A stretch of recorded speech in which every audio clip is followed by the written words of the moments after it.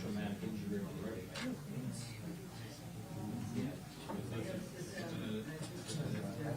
The poor family, it's just like, probably just turn your head for a second. Literally. Somebody just told me the mother. Yeah. But I can't confirm it. Do that, do with the information, whatever you want to do with it. Thank you. Yep. Wow. So depressing. But now I'm gonna get the coral go to now, so it goes in the hole. Right. Guess not. Yeah, it's done, man. That's,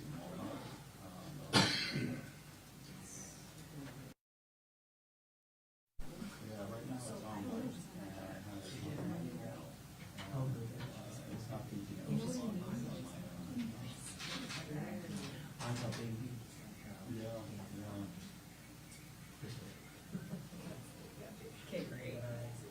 Press conference is about to happen, sit here waiting.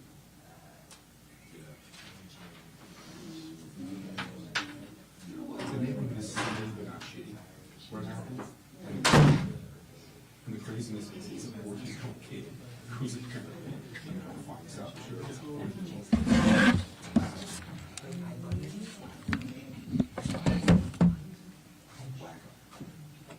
Say hello, Mary. If you just want to.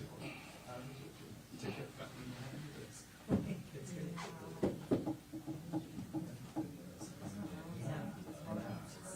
Everyone, I guess. I don't know, but from what I hear. I'm dead.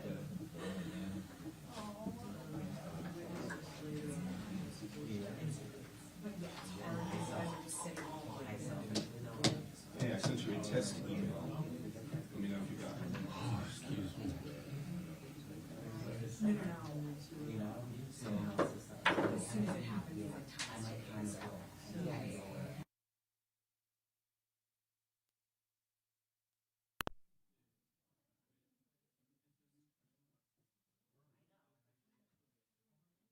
Okay, good.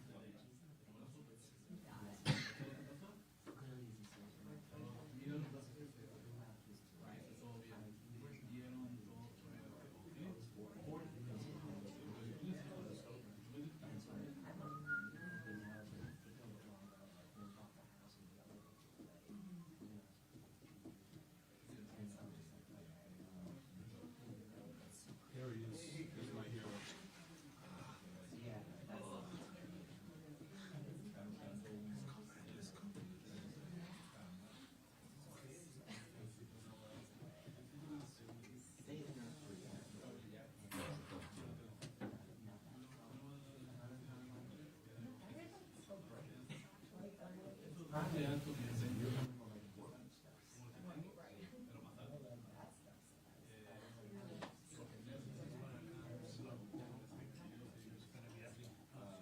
Yeah, it's gonna be quick. I mean, they're like, get in what you can. Just get a little live stream music.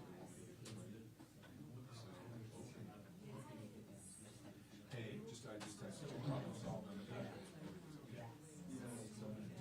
Bye-bye.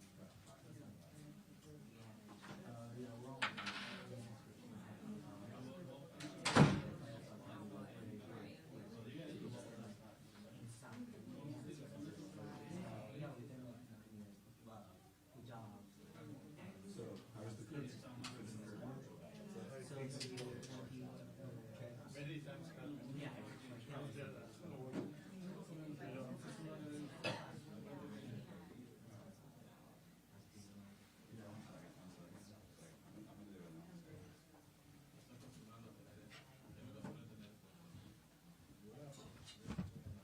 All right, I'm talking now. Can you hear me? Testing 1, 2, 3, A, B, C, D, E, F, G, 5, 4, 3, 2, 1.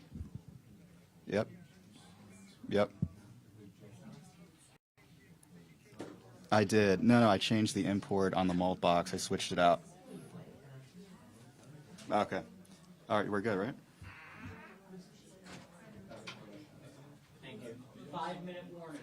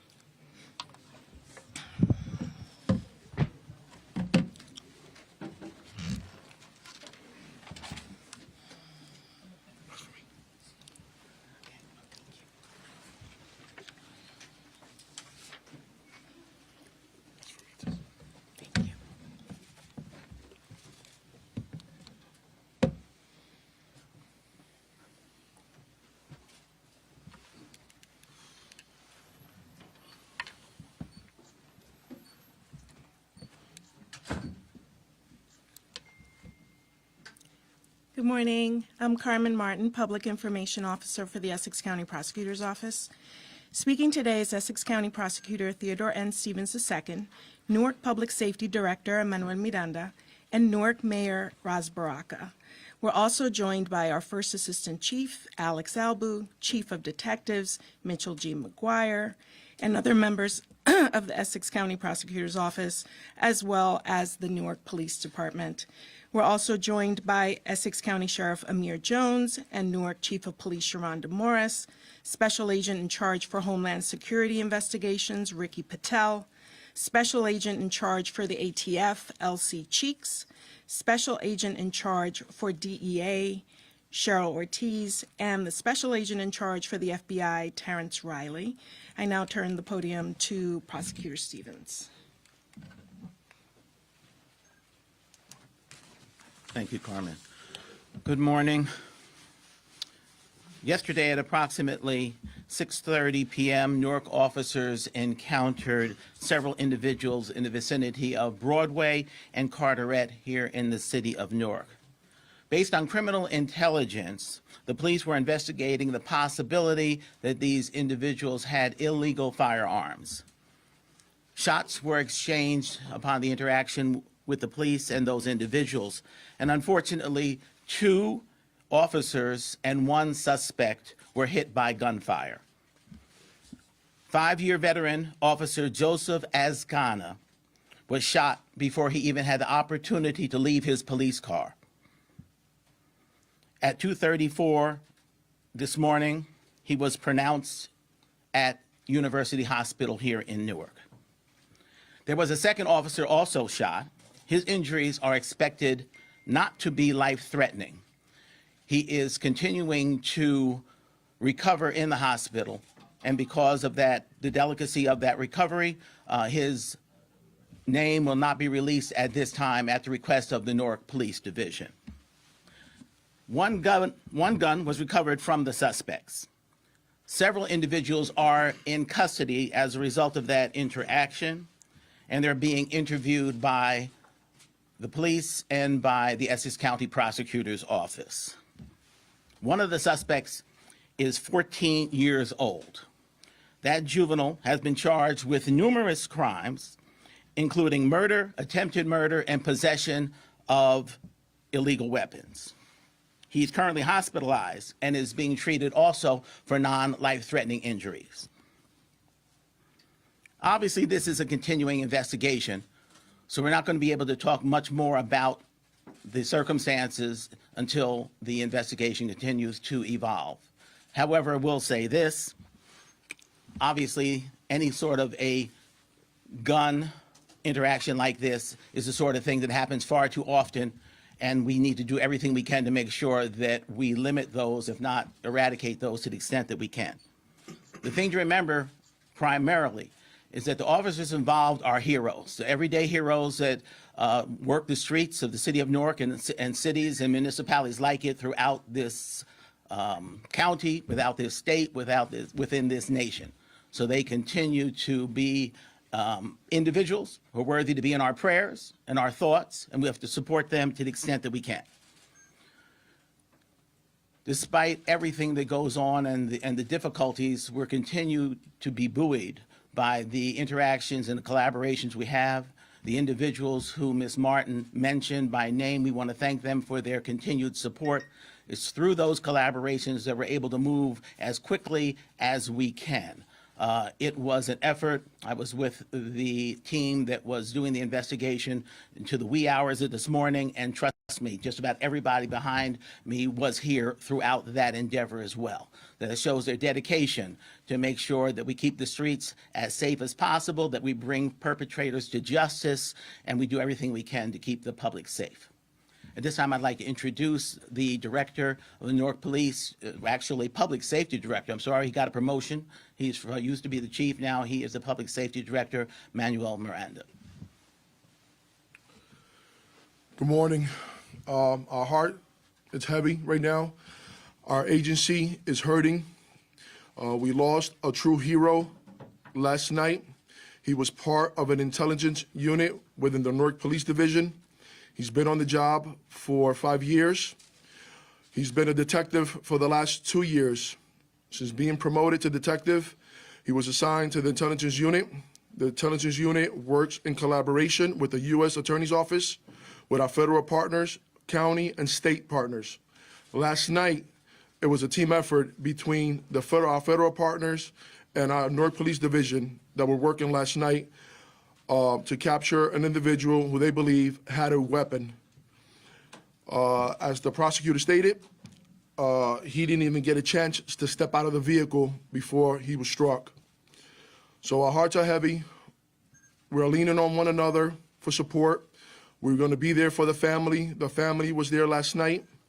His mother and his father and approximately 5 brothers were at the hospital mourning him, grieving him. We're going to be issuing a statement on funerals for the future and pay him the respect that he deserves. He was a true hero. Not only is the agency mourning, our community is mourning also. I've been getting phone calls since last night from all our community leaders. Our Office of Violence Prevention Program was out there with us, supporting us. We have our peer-to-peer support out there assisting our officers. They were there last night supporting our officers along with Fraternal Order of Police and the Superior Office Association unions.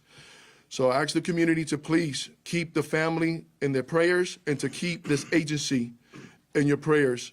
They are grieving, we're hurting, and we have to be here for one another. I want to thank our federal partners who was here from last night also, as they mentioned, all the special agents in charge of the FBI, the DEA, ATF, and the Homeland Security, the County Prosecutor's Office, the U.S. Marshals. Nobody went home until everybody was captured. So I appreciate their efforts. I appreciate all their help. And just continue to pray for this agency, our officers, our detectives, and the family. Thank you. Thank you, Director Miranda. He just mentioned something very important. The City of Newark has an Office of Violence Prevention and Intervention. I'm sure I have the name slightly wrong, but the mayor will correct me on that. But the key part is that this is an entity which is an official part of the City of Newark, yet it acts to interact with the public and offers all sort of information and assets between law enforcement and the community. NPD, the Newark Police Division, has benefited from it, as the Essex County Prosecutor's Office, as the entire community has. And that is really the idea, the brainchild of Mayor Baraka. And so I'd like him to come forward on behalf of the residents of the City of Newark.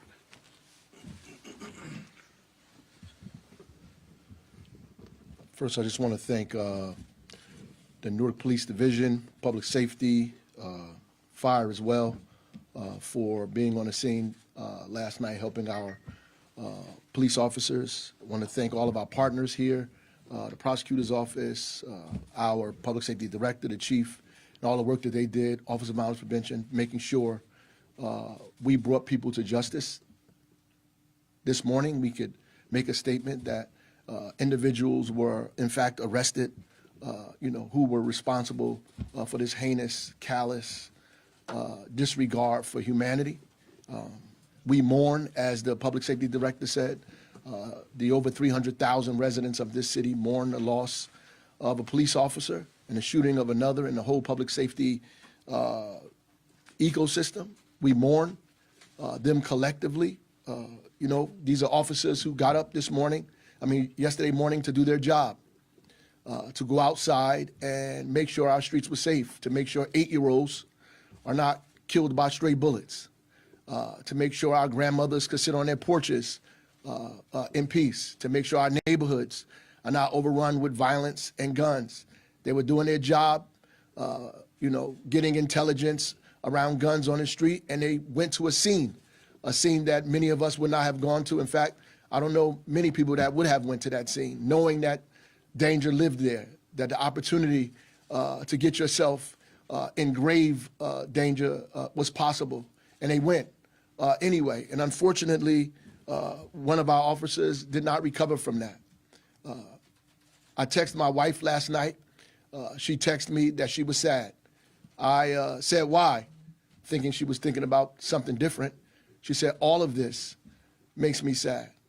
And I'm thinking, maybe she's sad that the police officer is dead, or sad that a 14-year-old could get their hands on an automatic weapon, or sad that a 14-year-old would think that they should shoot at a police officer in the middle of the night, in the evening, or sad that our system has not figured out how to keep guns out of kids' hands, or we haven't figured out how to mentor our kids out of difficult situations and problems that they feel like they need to resolve their conflicts with guns and weapons on the street. We just have to do a better job.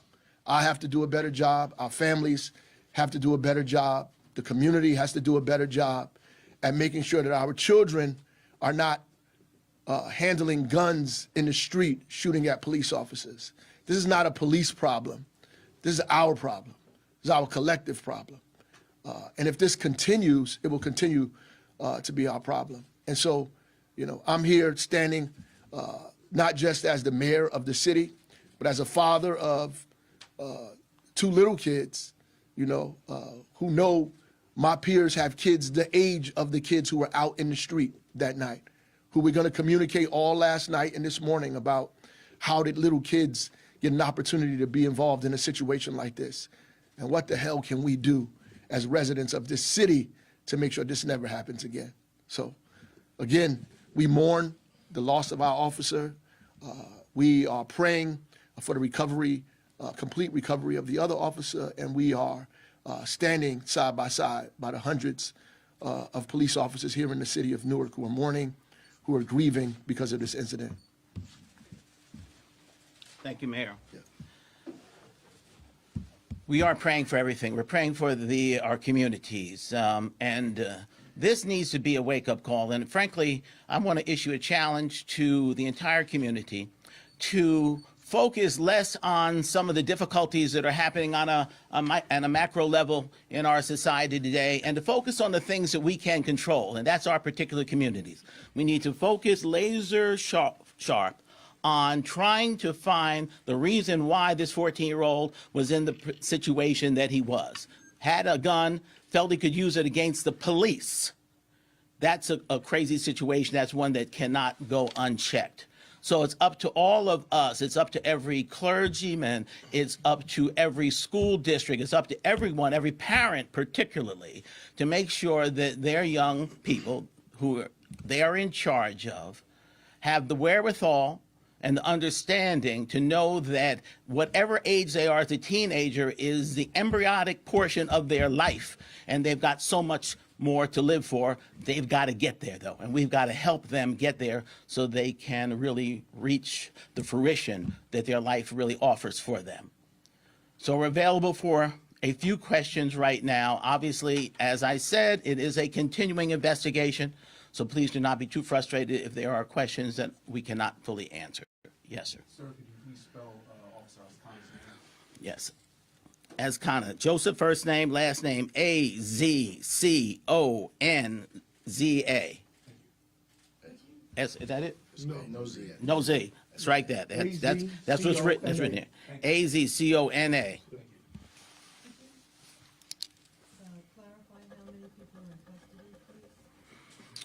At this time, we have 5 individuals, right? 5 individuals in custody. No, Mr. Detective. Was the 14-year-old the target of the investigation, and is he believed to be the gunman? And can you elaborate a little bit about this investigation? Because clearly a bunch of responsible agencies are involved. Well, it is an active investigation. There, as I said, police went there with the thought that there would be illegal guns in that area. However, this juvenile has been charged, as I said, with murder, attempted murder, and possession of illegal weapons. And the other people involved, we believe that the 14-year-old is the gunman, correct? He's been charged And you went there looking for him specifically, or just illegal activity in general? on the report of illegal activity. Gotcha. Is the other officer in critical condition at this time? His injuries are thought to be non-life threatening. Were there any shots fired by the police? This is a continuing investigation. All guns, as you may or may not know, have been confiscated or being reviewed right now. So we're evaluating that to see exactly which guns were fired and how many shots were fired. Can the FBI and or ATF speak to their role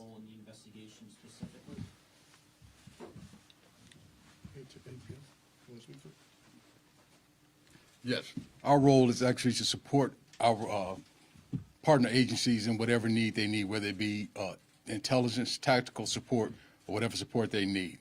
We had our teams there last night supporting them in all facets.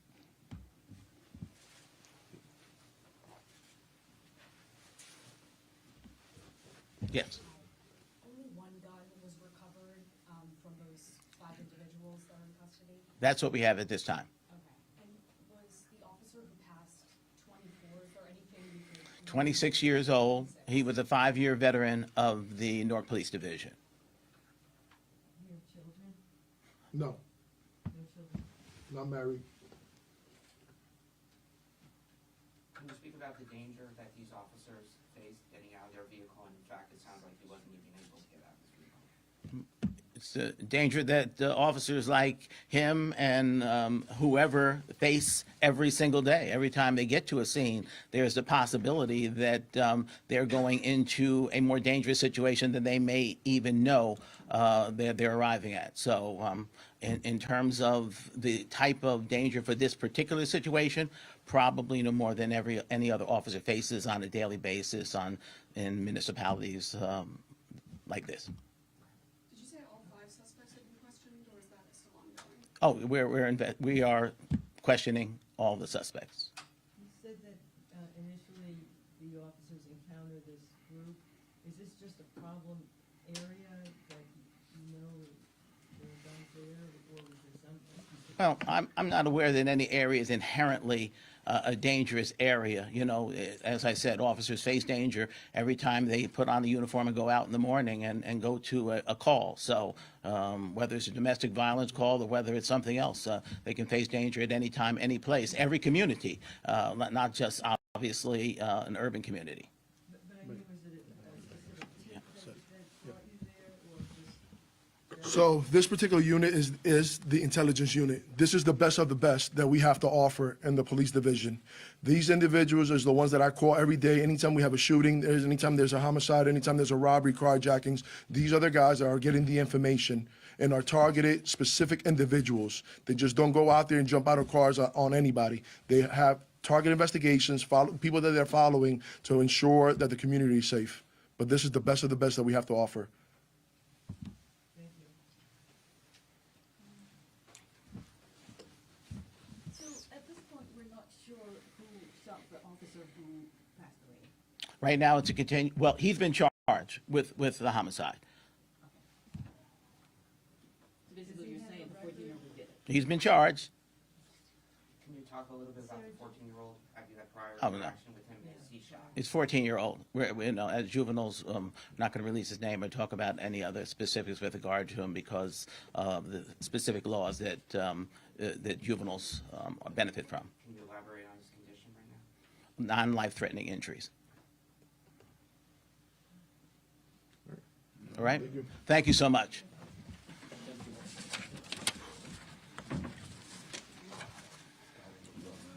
Lock down? Jay, is your phone? No, that's not mine, no.